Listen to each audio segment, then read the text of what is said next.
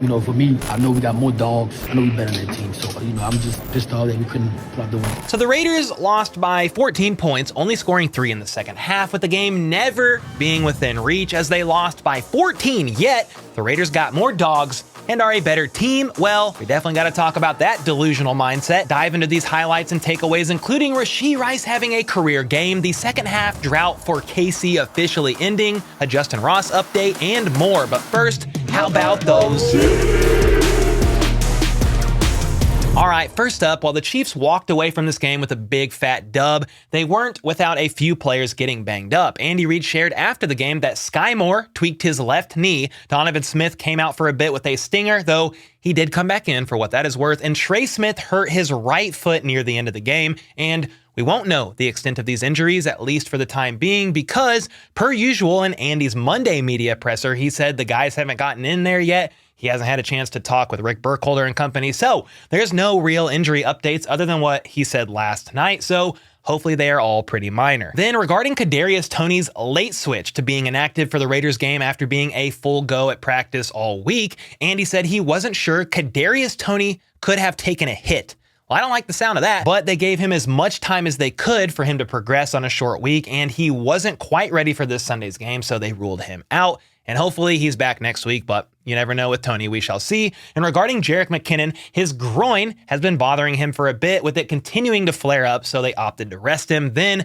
Nick Bolton, I believe, has now been out 4 games and can technically have his 21-day window opened up to return from IR. And while Andy said Nick has been wanting to go, they're just trying to make sure he's right and healed up enough before having him return. So could be a little while longer before we see his 21-day window open up. Next up, a couple milestones were reached in yesterday's game. Tight end Travis Kelce, he officially crossed over 11,000 career receiving yards, the only player in franchise history to hit that mark. And with this being his 154th career game, he is the fastest tight end to 11,000 in NFL history and the 17th fastest player of any position to that 11,000 yard mark. Pretty wild stuff. Then Andy Reid won his 125th game with the Chiefs, making him the winningest head coach in franchise history, and is also the only head coach to own the most all-time wins for more than one franchise. And boy, oh boy, are we living in the brightest of days here in KC. And even I, a basement-dwelling YouTuber who often dwells in darkness, really freaking love it. And from here, we got to get into this game recap featuring an incredible showing once again from the Chiefs defense, a career day for Rashee Rice, a small update in the Justyn Ross court case, and a Raiders player who remains in absolute denial. But first, I got to thank the sponsor of today's video, Football Head Coach, which is actually a new football mobile game that operates sort of like franchise mode on Madden, a simulated management game that's licensed by the NFLPA featuring real players. And the goal is to improve your roster by collecting and trading real NFL players, with the ultimate goal, of course, being able to win the Super Bowl. And the best way to show you guys is by playing this game. I am the head coach, of course, going by Randy Reid, with my team being named the KC Chefs and the logo being this Santa Claus looking guy, because that's going to be me in roughly 30 years. Anyway, the team started out just okay. Definitely needed some improvement, and that's why I went straight for some of these packs to instantly get the team better. I opened several gold packs, a couple silvers, which helped me get a very good kicker, a solid running back, and then I even got a little surprise. Oh, shoot, we got the Joker? Well, guess what? I'm gonna make you play a lot of snaps, buddy. So yeah, if you compare my original team and their rankings compared to how they are now, we are in much better shape. And after making some slight adjustments to my offensive and defensive tactics and formations based on the strengths of the roster, I opted for an aggressive offense that slightly favors the run, and then tweaked the defense a little bit as well. Then decided to simulate my first game, and boy, oh boy, I got humbled worse than the Chiefs did against Denver a couple weeks ago. Game number 2 wasn't much better, but was actually hilarious because of who I played against. It's Andy Reid versus Randy Reid.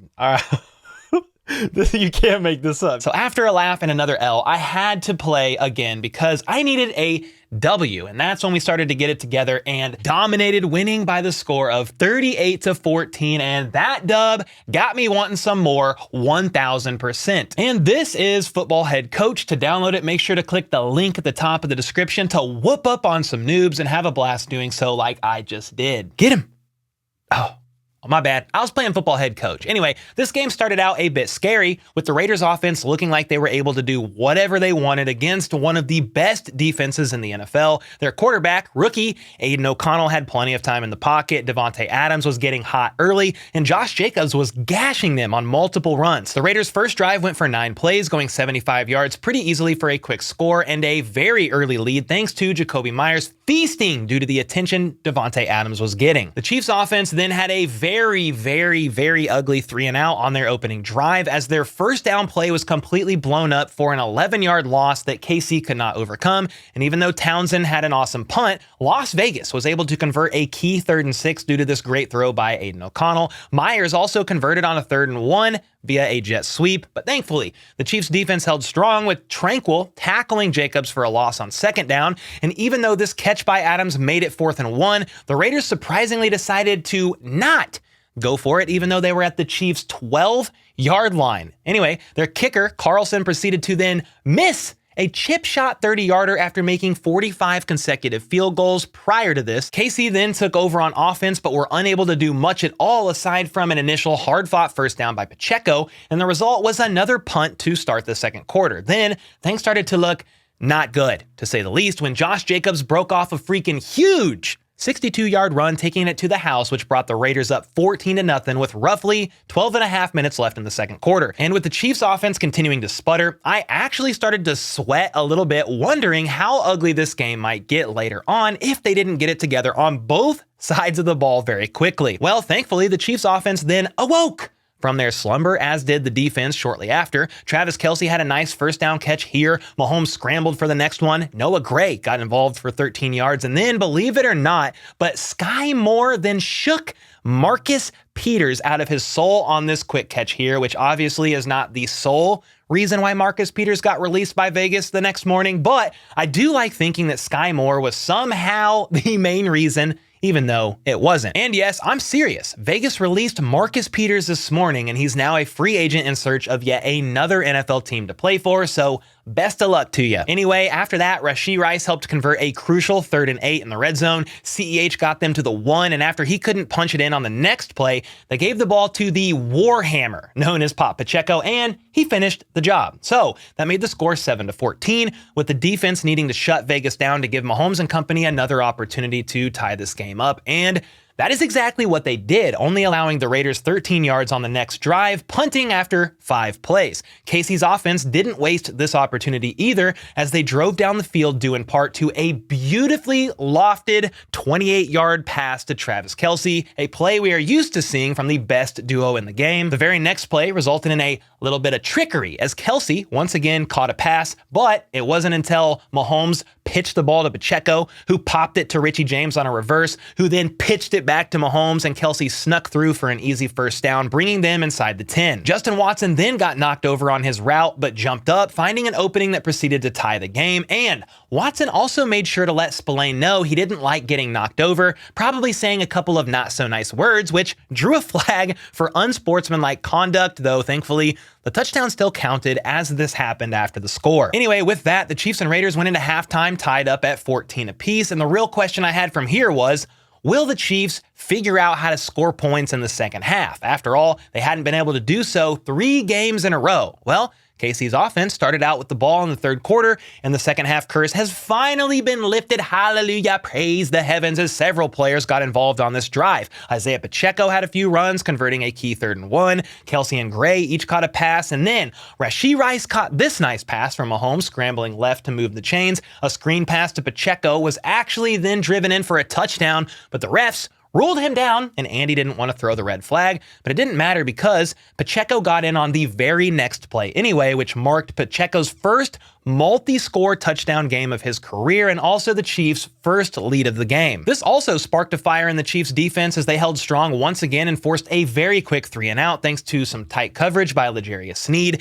KC decided to follow suit though, going 3-and-out themselves due to a Rashee Rice drop. Crosby then sacked Mahomes on 3rd down, the only sack on Patrick all game, and KC gave Vegas the ball back, who found momentum in Michael Mayer jumping 3 inches off the ground on this catch and run. Then Jakobi Meyers made an absolutely incredible grab up the right sideline, one-on-one against McDuffie in tight coverage. I mean, this was a pinpoint accurate throw by the rookie QB Aiden O'Connell, and these are just one of those plays you have to give the opponent credit and just tip your cap to them. Great catch by Meyers, great throw, tip of the cap. McDuffie was there. It was just a great play. The defense held strong, though, after this, and the Raiders had to settle for 3, bringing the score within 4 points, 17-21. And this is where I fasted, hoped, prayed, etc., that the Chiefs' second half curse would be fully lifted and not just partially due to a one-off drive to start the second half. Well, things looked bad at first as Jawaan Taylor was flagged, surprise, for a hold, but Kelce was then able to convert on 3rd and 5 thanks to Rashee Rice on a shallow crosser, and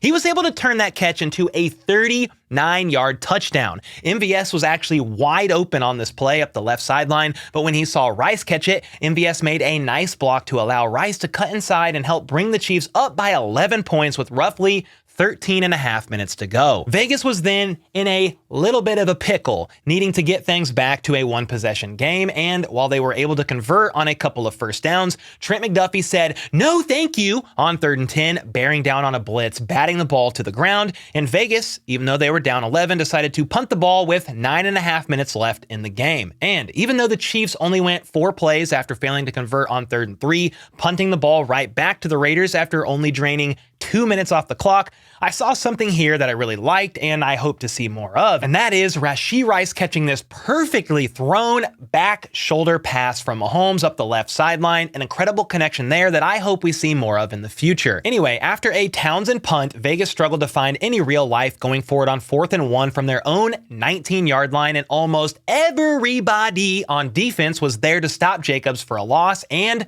turnover on downs, which virtually sealed the game by giving Kelce the ball back with roughly 6 minutes to go and an 11-point lead. And this drive by the Chiefs was very ugly, to say the least, featuring multiple penalties, holding on Creed Humphrey, false start on Jawaan Taylor, and an ineligible player downfield on Trey Smith that was declined because the result was a 4th down, and the Chiefs actually just settled for 3, but that brought the score up to 31 Chiefs, 17 Raiders. Well, the defense held strong once again thanks to a George Karlaftis sack on his former college teammate, and Vegas couldn't convert on 4th and 21, so the result was a Chiefs win, with Mahomes remaining undefeated on the road against the Raiders and puts them at 8-3, and the current number 2 seed in the AFC, only behind the Ravens, thanks to the fact that the Chargers turned the ball over like 4 times on Sunday Night Football against Baltimore, and Justin Herbert choked away yet another game. But hey, Casey's offense finally put together a solid body of work over 3 quarters, including the second half, which is better than the typical 2 quarters only in the first half. Then,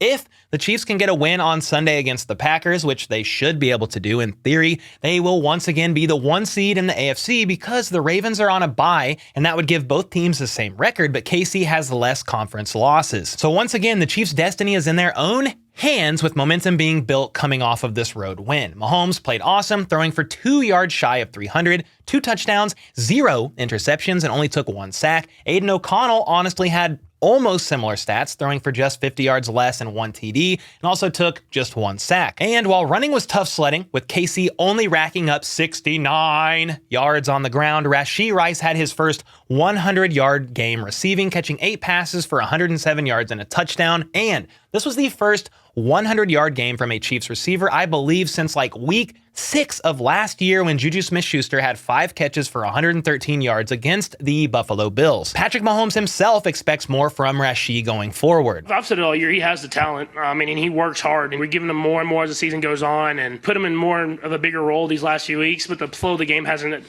dictated him getting the football. But you saw today some of those coverages where they were doubling Trav, or putting a lot of attention on Trav. He was able to make some stuff happen. We've only scratched the surface, honestly. I think you see us hitting him kind of around the line of scrimmage, but I think you saw the one down the sideline. I think he can do some of the vertical threat stuff. And the vertical threat stuff is something I've been waiting to see from Rice, who has been used predominantly in the quick passing game and on shallow crossers, but in college, Rice led the FBS with 18 catches of 20-plus air yards downfield and was first in his draft class with 8 contested catches on deep passes. On top of that, the guy has a freaking 41-inch vertical, which is insane. And while I know not everything immediately translates from the college level to the pros, some of of it doesn't translate at all, it's at least worth noting that Mahomes acknowledges they've only scratched the surface with Rice, and Rice himself is wanting more deep passes to come his way in the future, as he talked about his back shoulder catch in his post-game presser. I just kind of ran like a stutter at 8 yards and kept it vertical. Pat let me know that regardless if the DB was trying to, collision me or not, just drive downfield, he was going to put it up there. And I just wanted him to really throw that ball because in college I was really good and known for those plays. So I just wanted him to understand he could trust me when it comes to that time, throw those balls. Well, I sure hope we see Rice used more like that in the future. Hopefully sooner rather than later. Travis Kelce also had himself quite the game, catching 6 passes for 91 yards. Sky Moore even caught a few. Pacheco had 5 catches for 34 yards on top of his 55 yards on the ground. Solid game for him overall. And something else that played a key role in the Chiefs' ability to put up points is the fact that they turned the ball over 0 times and they went 3 for 4 in the red zone. Meanwhile, the Raiders were only 1 for 3 in the red zone, missed a field goal, and turned the ball over on downs a couple more times after that. Both teams were similar on third downs, around 50%. Meanwhile, the Chiefs were flagged 4 times for like 40 yards compared to the Raiders not getting flagged 1 single time. And for the Chiefs paying off the refs to win games every week, it sure is funny to me how they have the most flagged player in the NFL in Jawan Taylor, as well as the most flagged cornerback in the league in L'Jarius Sneed. On top of that, they are very often out-flagged in games they play in, but hey, what do I know? I'm just a biased Chiefs fan. But speaking of Sneed, while he was flagged at least once, he did a pretty good job holding down Davante Adams, who only caught 5 passes for 73 yards and 0 touchdowns. And while that is a decent day for Adams, most of those came in on the first few drives before the Chiefs defense kicked things into high gear. All in all, the defense made great adjustments, and after the Raiders' first 2 scores, their drives looked as follows: punt, end of half, punt, field goal, punt, turnover on downs, then once again, turnover on downs, which kept the Raiders to just 17 points total, but only 3 points were scored over the course of almost 3 quarters. Basically, Sneed is him, McDuffie is playing lights out, Tranquil had another solid game, and the only thing I would like to see more of is the D-line getting pressure on the QB, as Aiden O'Connell had a pretty clean pocket most of the day. Other than that, it was a great team win all around, as they bounced back quickly from an ugly start and finished the game strong on all sides of the ball. Then, Townsend had a couple solid punts, and Harrison Butker still remains perfect on the season, not missing a single PAT or field goal yet. And with all that being said, let me know your thoughts on the game as well as your biggest standouts in the comments down below, because I'm definitely curious to read some of your own personal takeaways. Now, after that loss, a clip surfaced of Raiders cornerback Amik Robertson saying that he's pretty upset with this loss because the Raiders not only got more dogs than KC, but are overall a better team. Lost a couple games this year, but for some reason, for me, this one just hurts, because I know we better than that team. I know we got more dogs. I know we better than that team. So, I'm just pissed off that we couldn't put out the win. All right, bud. Keep living in the land of delusion, very far from reality if that's where you insist on living, as the Raiders fall to 5-7 on the year and then fall to 1-10 against their father, Patrick Mahomes. I mean, how can you honestly say you're the better team when Allegiant Stadium's literal nickname is Arrowhead West? All right, all trolling aside, I do think the Raiders are in a better place with Josh McDumdum gone and Jimmy G on the bench, but this game became quickly out of reach for Vegas and was anything but a down-to-the-wire game. Therefore, it's a bit odd of a response from Robertson, in my opinion, because normally the better team that has more dogs looks like the better team with more dogs, but whatever helps you sleep better at night, I guess. And before I get out of here, we have a small Justyn Ross update regarding his legal situation. Most of you know he's currently on the commissioner's exempt list after being arrested on 2 charges, domestic battery and felony criminal damage. Well, today it was announced that Ross is no longer facing criminal charges after he applied for diversion and it was granted by the judge. So that is a bit of good news for Ross, who was potentially facing a felony charge which would not have been good. However, it's still unclear when or if Justyn will be removed from the commissioner's list, if the Chiefs will keep him around, and even if they do, the league will be doing their own investigation and a suspension is more than likely still incoming. Only time will truly tell us what's going to happen with Ross, but I will definitely keep you guys updated every step of the way. And until next time, let's go. Let's freaking go. How about those?